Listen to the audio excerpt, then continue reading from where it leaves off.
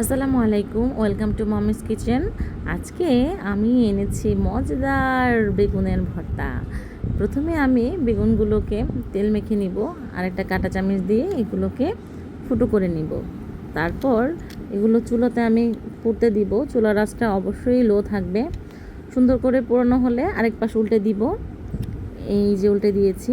এখন আমার বেগুনগুলো এই তো পারফেক্টলি একদম বার্ন হয়ে গিয়েছে। এগুলো চুলা থেকে নামিয়ে নিব। কত সুন্দর স্মেল বের হয়েছে। এরপর আমি এটার খোসাগুলোকে আলাদা করব। আমার বেগুন ভর্তার জন্য নিয়েছি শুকনো মরিচের ভাজা, লবণ আর পেঁয়াজ কুচি। এগুলো সব একসাথে মিক্স করে নিব। পেঁয়াজগুলোকে চাপ দিয়ে মিক্স করে এতে নিব সামান্য পরিমাণে সরিষার তেল। এরপর বেগুনগুলোর সাথে এগুলো সব একসাথে মিক্স করব।